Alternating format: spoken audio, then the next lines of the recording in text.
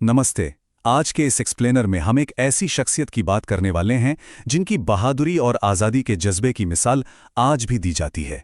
आज हम समझेंगे मेवाड़ के शासक महाराणा प्रताप के जीवन, उनकी बेजोड़ रणनीति और उनके कभी ना हार मानने वाले संघर्ष की पूरी कहानी। तो चलिए सीधे इस ऐतिहासिक सफर पर चलते हैं। इस कहानी को हम 5 हिस्सों में बांटेंगे।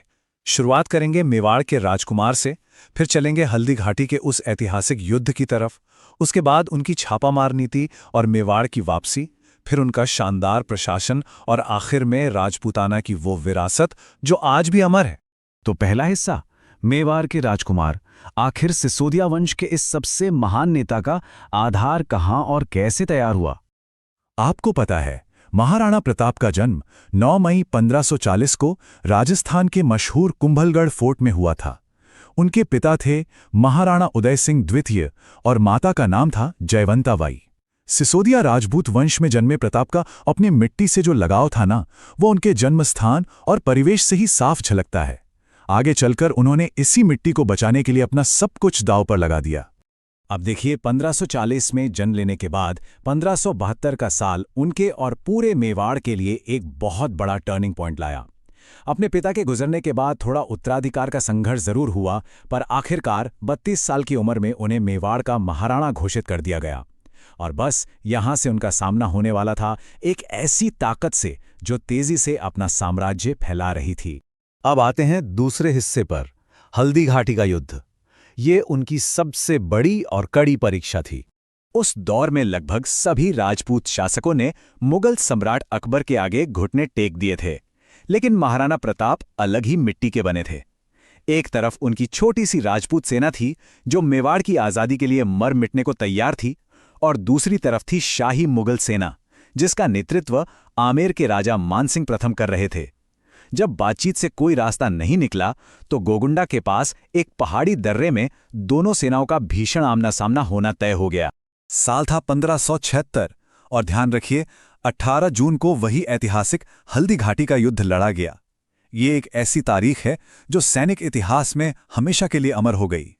इस भीषण टकराव का नतीजा क्या निकला? मैदान पर मुगल सेना जीत तो गई, पर सबसे दिलचस्प बात यह है कि ये जीत एक तरह से अधूरी थी। इतना बड़ा विशाल मुगल साम्राज्य ना तो महाराणा प्रताप को पकड़ सका और ना ही उनके राज परिवार के किसी सदस्य को, यानी उनका मुख्य मकसद तो पूरा ही नहीं हुआ। यहीं से शुरू होता है हमारा तीसरा खंड, छापामार युद्ध और मेवाड़ की वापसी। एक स्टेलमेट यानी रुकी हुई स्थिति को जीत में कैसे बदला जाता है, ये वाकई किसी मास्टर क्लास से कम नहीं है। खुले मैदान में दोबारा लड़ने के बजाय उन्होंने अपनी रणनीति पूरी तरह बदल दी। उन्होंने छापामार यानी घोरिल्ला युद्ध का रास्ता अपनाया। पहाड़ी इलाकों में छिपना, अचानक से हमला करना और तुरंत निकल जाना। उन्होंने इस तरीके का इतनी खूबी से इस्तेमाल किया कि सदियों बाद मराठा नेता छत्रपति शिवाजी ने भी इसी नीति से प्रेरणा ली। ये वाकई में दुश्मन के लिए एक बड़ा झटका था। अब इस बदलाव का असर देखिए। 1579 आते आते बंगाल और बिहार में बगावतों के कारण मुगल सेना थोड़ी भटक गई। मेवाड़ ने इसका पूरा फायदा उठाया। 1582 में महाराणा प्रताप ने देवार के युद्ध में एक शानदार जीत हासिल की, और 1584 तक तो हालात ये हो गए थे कि मुगल सेना को मेवाड़ से पीछे हटने पर मजबूर होना पड़ा। दिवेर का युद्ध कोई आम जीत नहीं थी, ये पूरी तरह से कैलकुलेटेड था। इसके 3 स्टेप थे। पहला, 1582 में दिवेर की मुगल छावनी पर सीधा हमला। दूसरा, वहां मौजूद शाही सेना को बुरी तरह हराना, और इसका नतीजा पता है क्या हुआ? आसपास की बाकी 36 मुगल मिलिट्री छावनियां अपने आप ही उखड़ गईं। एक ही झटके में मेवाड़ के एक बहुत बड़े हिस्से को वापस आजाद करा लिया गया। चलिए अब बढ़ते हैं चौथे हिस्से की तरफ, प्रशासन और संस्कृति। क्योंकि सिर्फ मैदान जंग में ही नहीं, एक राजा अपने राज्य को कैसे चलाता है ये भी उतना ही जरूरी है। लगातार दुश्मनों के हमलों के बावजूद उन्होंने एक बहुत ही स्मूथ प्रशासन चलाया। उन्होंने अपनी राजधानी पहले कुंभलगढ़ और फिर चावंड में सुरक्षित तरीके से शिफ्ट की। सिर्फ युद्ध ही नहीं, बल्कि उन्होंने कला और साहित्य पर भी पूरा ध्यान दिया। जैसे चावंड स्कूल ऑफ आर्ट को खूब बढ़ावा मिला, और साथ ही उन्होंने अपने लोगों की सांस्कृतिक पहचान और क्षेत्रीय आज़ादी को मजबूती से बचाकर रखा। ये बात वाकई हैरान करने वाली है कि चाहे कितने भी हमले हुए हों, मेवाड़ का प्रशासनिक ढांचा कभी नहीं बिखरा। एक तरफ देश के सबसे बड़े साम्राज्य से टक्कर चल रही थी और दूसरी तरफ उनकी नई राजधानी चावंड में आर्ट और कल्चर ठीक-ठाक फूल फल रहा था। ये बिना किसी शक के एक मजबूत और दूरदर्शी लीडर की सबसे बड़ी पहचान है। और अब हम पहुंचते हैं अपने आखिरी हिस्से पर, राजपूताना की वो विरासत जो आज भी हमारी कहानियों में जिंदा है। जरा सोचकर देखिए, पड़ोसी राजपूत राज्यों का साथ ना होने के बावजूद वो बिल्कुल अकेले मुगलों के सामने चट्टान की तरह खड़े रहे।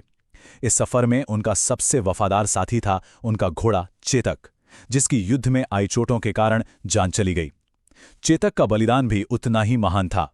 आखिरकार 29 जनवरी 1597 को शिकार के दौरान आई चोटों की वजह से 56 साल की उम्र में महाराणा प्रताप का निधन हो गया। उनके बाद मेवाड़ की कमान उनके बेटे अमर सिंह प्रथम ने संभाली। उनकी शूरवीरता का आलम यह था कि ब्रिटिश इतिहासकार कर्नल टॉड ने उन्हें राजस्थान का लियोनिदास कहा था। जैसे स्पार्टा के राजा लियोनिदास ने थर्मोपाइले के दर्रे में एक बहुत विशाल सेना को अकेला रोक लिया था ना, बिल्कुल वही पैरेलल ड्रॉ किया जाता है हल्दी घाटी में महाराणा प्रताप की सेना के उस अद्भुत बचाव के साथ। तो इस पूरे सफर के अंत में हमें अपने आप से ये सवाल पूछना चाहिए, ऐसा क्या होता है जो किसी नेता की विरासत को उन विशाल साम्राज्यों से भी लंबा और ज़्यादा यादगार बनाता है जिनके खिलाफ उन्होंने सारी उम्र लड़ाई लड़ी। एक आज़ाद रूह का दुनिया के सबसे ताकतवर साम्राज्यों में से एक को रोके रखना, यह सिर्फ एक कहानी नहीं बल्कि आने वाली सदियों के लिए एक असीम प्रेरणा है। इस एक्सप्लेनर में आज के लिए बस इतना ही। मिलते हैं अगली बार।